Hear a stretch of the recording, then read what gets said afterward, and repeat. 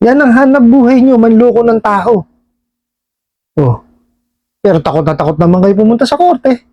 Oh, kaya kayo nag-resort kayo saan? Sa pananakot, pangaharas, pamamahiya. Oh, nanghihinayang kayo do sa pera na ibabayad nyo sa sa small claims, pero hindi kayo nanghihinayang doon sa binabayad nyo doon sa mga bubuk nyong maniningil ko no. May nagtanong sa akin, paalala, gagawa tayo ng group chat sa Facebook mo kasama mga friends mo. Gagawin na nating fundraising para makapagbayad ka ng utang. Proof ID and selfie na pinasa mo sa company. Hihingi tayo ng konting tulong sa mga kakilala mo upang mabayaran ng iyong pagkakautang. Salamat po. June 22, 2024.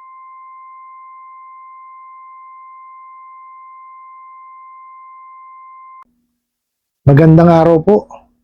Nakipag-ugnayan na kami sa iyong barangay para sa pagpapatupad ng writ of execution o paghahatak ng gamit katumbas ng halagang inutang mo sa Lunes, June 24, 2024 sa aming kliyente kung hindi mo nabayaran ang iyong obligasyon.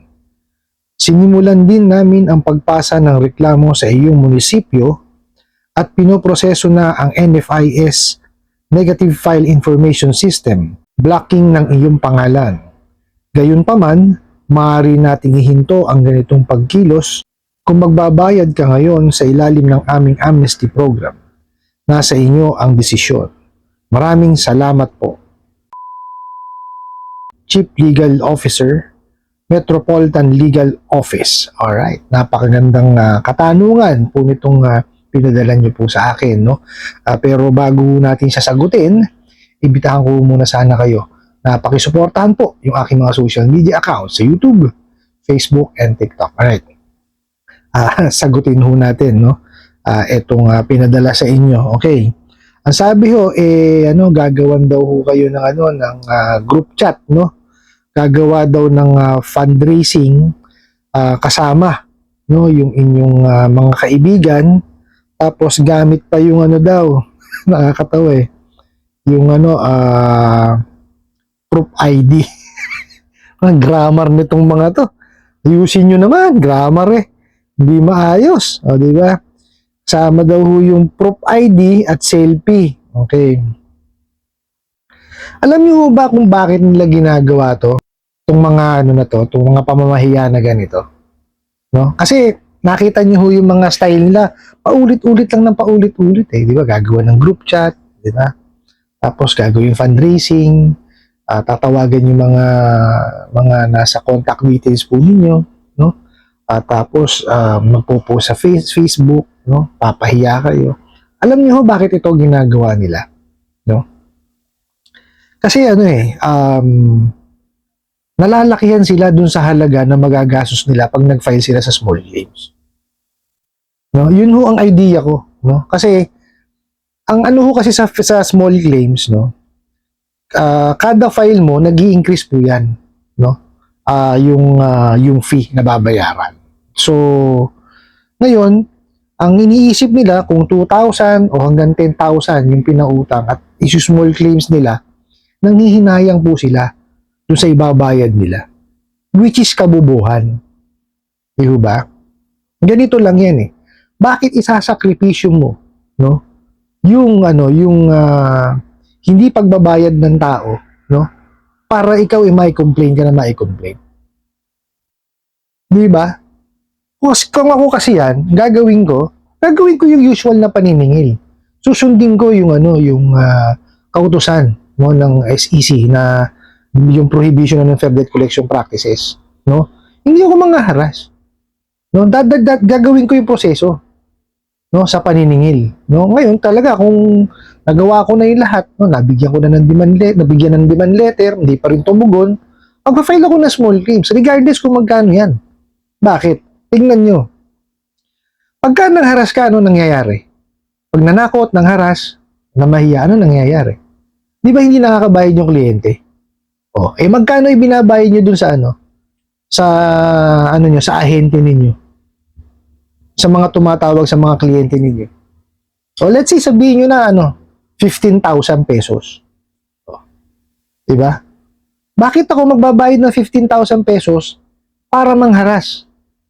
Para mamahiya? Di ba? O hindi, papel ko na lang ng kaso small claims. Di ba? O at least yun, 100% meron kang masisingil doon. O, di ba?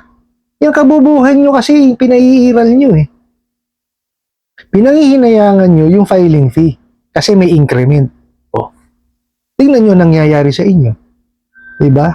Kapapaharas nyo, kapananakot nyo, kapapamahiya ninyo. O, di walang nagbabayad sa inyo. Pero yan, kung sinunod nyo yung proseso ng paniningil, di ba? At nag-file kayo ng small claims, makakapaningil kayo. O, isasama naman yung ibinayad nyo sa filing fee.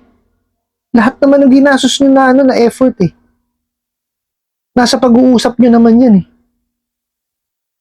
Diba? Lintik yung kabubuhan nyo eh, diba? Basta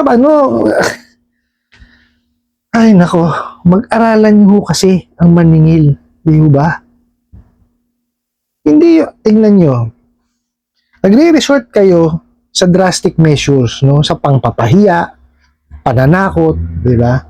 Tsaka, panghaharas. Anong napapala ninyo? Wala. Di ba? Walang nagbabayad sa inyo. Kalat na ho yan sa social media, no? Na kayo ay mga abusado. Di ba? Kung ginagawa nyo yung tamang paniningil, di ba? Let's say, sige, ginawa mo na yung paniningil, hindi nagbayad. Dinimanda mo na small claims. Di ba? Ba't panghihinayangan mo yung filing fee? Di ba? Panghinayang ka doon sa binabayad mo sa empleyado mo na hindi nakakasingil. Doon ka manghinayang. Di ba? Mariusip, katangahan ng pinag-aanuhan nyo eh. Puro kayo bobo. Mariusip kayo. Ito pa ho. Dito sa sa message na isa, no? Meron silang chief legal officer, no? Tsaka ang nakakapagtaka dito, chief legal officer ng Metropolitan Legal Office ang nagpadala ng sulat or ng message. Bakit? Diba? Bakit ho yun na magpapadala ng mensahe doon sa kliyente? Hindi ho gagawin. Mariusip naman. Biruin nyo ang laman ho nung message nakipag-ugnayan na raw sa barangay. Katarantaduhan yun. Organisasyon ho yan eh. Hindi na ho tinatanggap yan. Nagbigay na ho ng kautusan ng korte dyan. Pag organization, hindi na ho yan pinapansin. Mariusip. Tapos may writ of execution daw. Paano ka nagkaroon ng writ of execution? Sige nga. Nagkaroon ba ng desisyon ng korte para gawin yon? Bobo. Ang writ of execution po, sa korte po galing yan. Ang magpapatupad po niya, korte din. Hindi kayo. Kayo bugok. Tapos, ito pa isa. Sinisimulan na raw po yung reklamo sa munisipyo. Ano na naman ang kinalaman ng munisipyo? Di ba kagulo-gulo ng mensahe? May writ of execution, pero may reklamo sa munisipyo. Hindi consistent ang nitong mga to, mensahe eh. Di ba? Puro kagaguhan itong pinagagagawa nitong mga to. Tapos, pati yung proseso sa NFIS, yung Negative File Information System, magbablock na raw ng pangalan ninyo. Ha? Hindi ho gagawin ng NFIS yan. Walang blocking po ng pangalan sa NFIS. Pag miyembro kayo ng NFIS, ilalabas ho doon yung negative file po ninyo. Pag meron kayo hindi nabayaran, yun ang lalabas doon. Anong blocking? Bobo. Ito mga lintik na may masabi lang kayo eh. Di ba? Tapos, may amnesty program pa raw sila para daw amnesty program. Puro kayo kalokohan. Walang katuturan yung mga pinagsasasabi nyo na yan. Di ba? Alam nyo, kaya nagkakaganyan ho yung mga yan. Kasi masyado nilang pinadali no, yung proseso ng pagpapautang. Diba? Kasi tingnan nyo, ha? Magda-download ka ng apps nila, manghihinging permission. Pag binigyan nyo, to, das na, mananakawan na kayo ng detalye. Pagkatapos nun, fill out lang. Mga basic information. Pag nag-upload kayo ng ID, ayan na. Nakita tapos pag nakita pa yung cellphone number po ninyo connected po sa sa mga e-wallet, papadalan ka na ng pera. Hindi nila ginamit yung 5 Cs of credit. No? Meron po tayong 5 Cs of credit, yung character, capacity, condition. Ito yung tatlong ginagamit sa basic lending na pagpapautang. Okay? Character, capacity, condition. Yung capital at collateral, pagka po, yan mortgage na. Kapag ka mortgage na pinag-uusapan, lupa, kotse, yan. Yan ho yung 5 Cs of credit. Baliwala ho yan. Hindi nila sinunod yan. Yung tatlo hindi nila sinunod. Yung character, capacity, condition. Walang evaluation na nangyari doon. No? Walang credit investigation. Wala man lang verification. Walang evaluation. Pero may decision. Anak ng teteng itong mga to. Di ba? So, maling-mali. Yung proseso. Pinadali nila masyado. Yan ang naging dahilan pa niyan. Kaya nagkaganyan, nagkaloko-loko yung mga yan. Oh. Di ba? Akala tuloy ng yung mga first time na nangungutang, ayun, ganun ang proseso ng pagpapautang. Oh. Isa pa ang dahilan kung bakit ka nagkaloko-loko ng ganyan. Oh. Walang CI, walang verification, walang evaluation, pero may decision. Okay? Hindi pa in-explain kung ano yung obligasyon ng kliyente. Diba? Obligasyon ho yan ng lending, financing at bangko na sabihin doon sa kliyente kung ano yung na-approve. No? Base ho doon sa Truth in Lending Act natin. Oh. Dapat pinapaalam, ito ho ang na-approve sa inyo. Ito po yung halaga, ito po yung magiging interest, ito po yung ibabawas na processing fee kung meron man. Ito po magiging amortization nyo, ito po ang first due date ninyo. Ito po ang term na po pwede yung yun. Oh. Ito po ang magiging obligasyon ninyo. Kaya tanggap nyo po ba? Pagka tinanggap nyo, well and good. Oh, pirma tayong kontrata. Walang ganun eh. Masyado nga pinadali eh. Oh. Nung malaman yung cellphone number is connected sa e-wallet, pinadala na agad. Oh. Walang kaalam-alam yung nanghiram o yung nag-apply pa lang. Oh. Walang kaalam-alam yung nag-apply na nabigyan na pala siya ng pera o na-disburse na. Oh. Napakalaking kalokohan, di ba? Mariusip. Oh, paano hindi magkakaloko-loko yung mga pagpapautang na ganyan? Kung ganyan ang gagawin po ninyo. Mariusip. Oh, ID lang. Nakanang kamote, di ba? Pero ako hanga dun sa ibang mga online lending apps, no. May mga online lending apps na mabilis talaga yung kanilang proseso, okay? Pero sinusunod nila, no, yung 5 memorandum or batas, no? Especially yung the Truth in Lending Act. No? Naka-explain lang, kaya lang in written, ikaw magbabasa talaga. Babasahin mo siya or may recording na na pakikinggan. No? Tapos tatanungin kung naintindihan o click to accept. Ganun. Itong mga bugok na abusadong online lending apps na to, wala ang click to accept pa sa simula. Oh. Hindi pa, kumbaga wala pang nangyayaring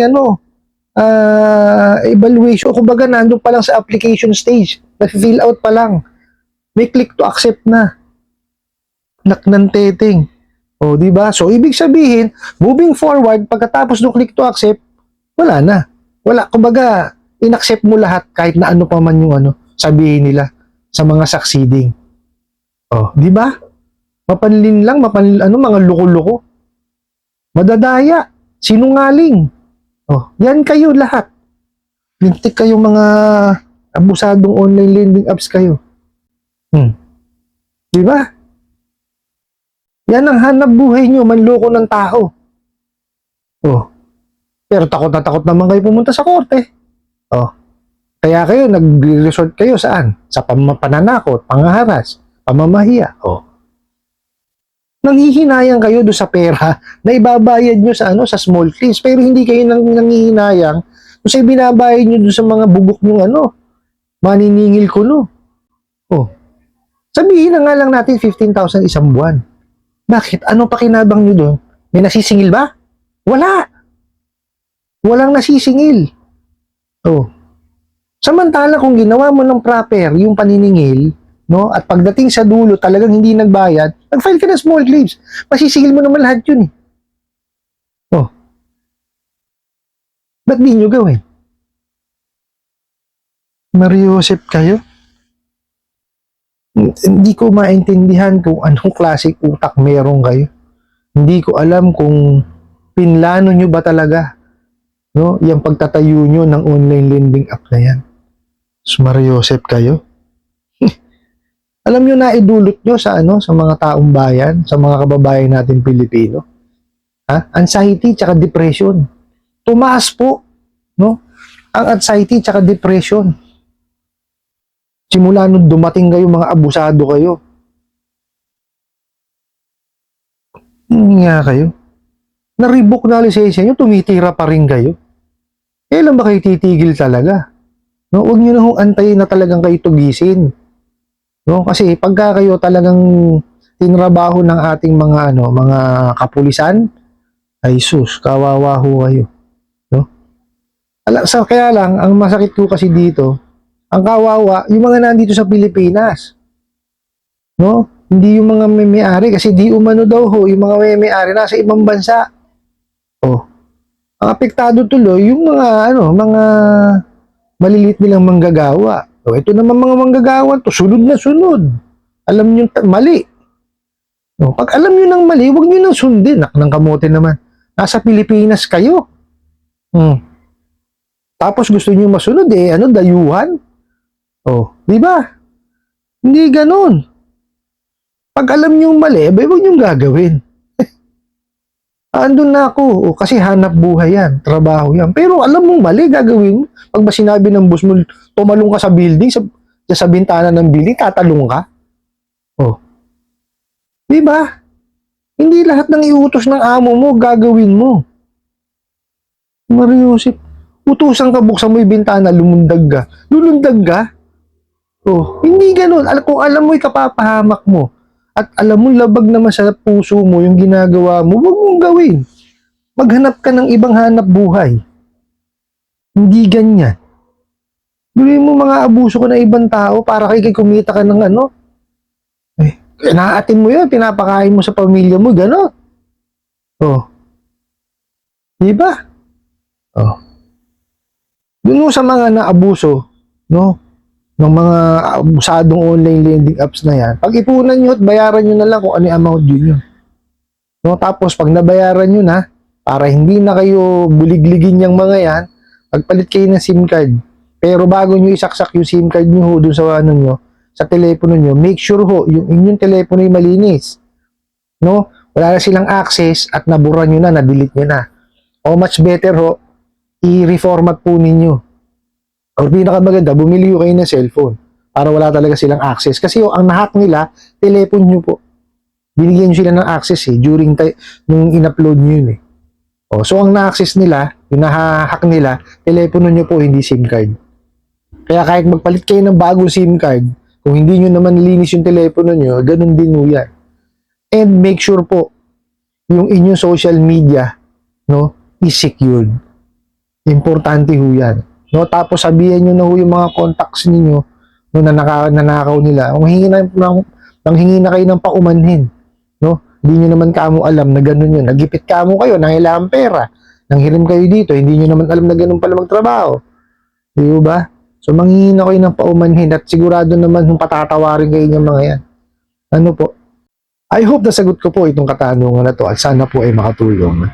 Maraming salamat po sa inyong walang sawang pagsuporta at panonood sa aking mga videos. Maraming salamat po sa inyong pag-like, pag-share, pag-comment at pagtatanong. And kunin ko na rin po itong opportunity na to para imbitahan po kayo na pakisuportahan po yung aking mga social media account sa YouTube, Facebook, and TikTok. Hanggang sa muli po, yun lang.